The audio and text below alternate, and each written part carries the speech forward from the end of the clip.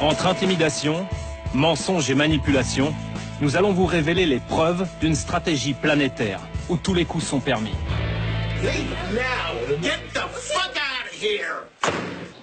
Le jambon que vous achetez, ça commence comme ça.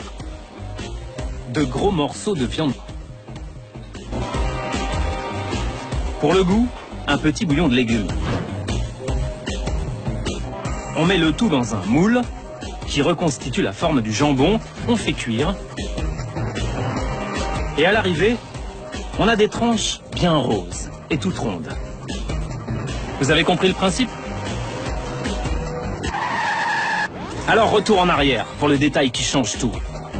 Pour obtenir ce beau jambon, il y a une étape très importante.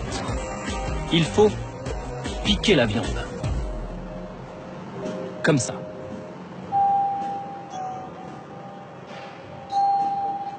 Une machine, avec des dizaines de seringues, injecte un liquide. Dans ce liquide, il y a un additif essentiel. Le patron de l'usine, Laurent Rouleau, nous le montre. C'est le sel nitrité. Un mélange de sel et de nitrite de sodium. L'additif E250. Le sel nitrité sert à assurer la conservation du jambon, à lutter contre des germes pathogènes et aussi de donner la couleur et le goût caractéristique de la charcuterie. Il va agir en donnant une coloration rosée en fait à la charcuterie. Le monsieur nous explique qu'en fait, le joli rose bonbon de notre jambon n'est pas du tout naturel. C'est grâce au nitrite de sodium. L'additif fixe le rose de la viande pendant la cuisson. Sinon, le jambon aurait la couleur d'un rôti de porc. Le nitrite, les industriels ne peuvent pas s'en passer. Un fabricant de charcuterie nous explique pourquoi. Le nitrite, c'est vraiment ça. C'est vraiment pour la couleur, parce que, je vous dis, le jambon doit être rose, la pâte doit être rose, elle doit pas être brune, parce que sinon on va me dire qu'elle est pas fraîche ou qu'elle est, etc. Donc, en clair, je cuis une viande, ça donne un jambon gris. C'est ce qu'il faudrait faire. C'est ce qu'il faudrait faire. C'est quelque chose. Pourquoi vous faites pas du jambon gris? Mais parce que personne va l'acheter. Tout simplement, personne va l'acheter. Et le marché ou le consommateur n'est pas prêt à ça. Donc pour vous, aujourd'hui, c'est vraiment un problème de couleur, en fait? Ah ben clairement, oui. Clairement, parce que sinon, on peut saler la viande avec du sel de Guérande sans problème. Alors, résumons. Le jambon rose, ce n'est pas naturel. Mais sans rose, impossible de vendre du jambon. Si on vous parle de nitrite depuis plus de 5 minutes, c'est parce que cet additif est au cœur d'un énorme enjeu de santé publique. Le nitrite est suspecté de jouer un rôle dans le développement d'un cancer très fréquent, le cancer colorectal, le 3e cancer le plus mortel en France. En cause, un phénomène qui arrive pendant la digestion. C'est de la chimie, mais on fait simple.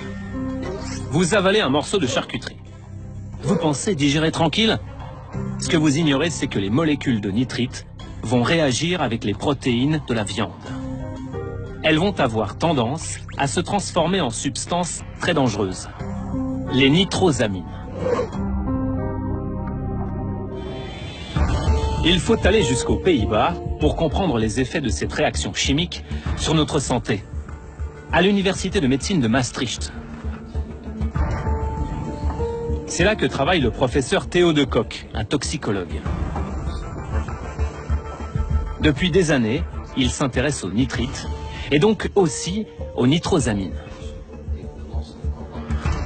Les nitrosamines sont connues pour provoquer des dommages dans le gros intestin. Ça peut provoquer des ruptures de l'ADN, faire muter les cellules en cellules précancéreuses, et c'est bien entendu quelque chose qu'il vaut mieux éviter. Le professeur de Cock a voulu savoir ce qui se passait dans le corps quand on ne mangeait pas de charcuterie et, à l'inverse, quand on en mangeait beaucoup. Pour ça, il a fait une expérience avec des cobayes humains comme Arnaud. Pendant 2 semaines, cet étudiant français a mangé 300 grammes de charcuterie par jour, l'équivalent de 8 saucisses et demi, ou de 7 tranches de jambon. C'est quand même beaucoup. C'est assez dur de... Sinon, ça va. Arnaud et les autres cobayes ont donc mangé beaucoup de charcuterie. Mais heureusement, sur une courte période, car voici ce qui est arrivé dans leur corps. Au bout de 15 jours de ce régime, nous avons observé que l'exposition des volontaires aux nitrosamines avait considérablement augmenté, de 2 à 3 fois plus qu'au début de l'expérience. Cette mutation chimique des nitrites en nitrosamines, le chercheur en a mesuré l'impact sur l'organisme. Dans son laboratoire, il a mené une expérience avec l'eau fécale, c'est-à-dire l'eau du caca. Bah oui, désolé. Le caca des gros mangeurs de charcuterie, comme Arnaud. Ce que vous voyez là, c'est l'eau fécale de 4 cobayes différents. Les chercheurs ont mélangé cette eau fécale avec des cellules humaines. Le dépôt blanc, là, dans le tube à essai. Ensuite, ils ont observé ce qui arrive aux cellules. Si vous n'êtes pas exposé aux nitrosamines, la cellule est intacte, bien ronde comme celle-ci. Mais à un niveau important d'exposition, ça casse votre ADN. Votre cellule ressemble un peu à une comète. La destruction est vraiment très importante. Et plus vos cellules ressemblent à ça, plus vous avez de risques qu'elles deviennent précancéreuses. Et il faut combien de temps pour voir apparaître de tels dégâts? Ce genre de dégâts peut apparaître assez rapidement. Dans cet essai, nous avons isolé les cellules et nous les avons seulement exposées pendant une demi-heure. Et nous voyons déjà des cassures dans l'ADN. Ça arrive vraiment très vite. Et ça ne se produit pas qu'en laboratoire, mais aussi dans le corps humain.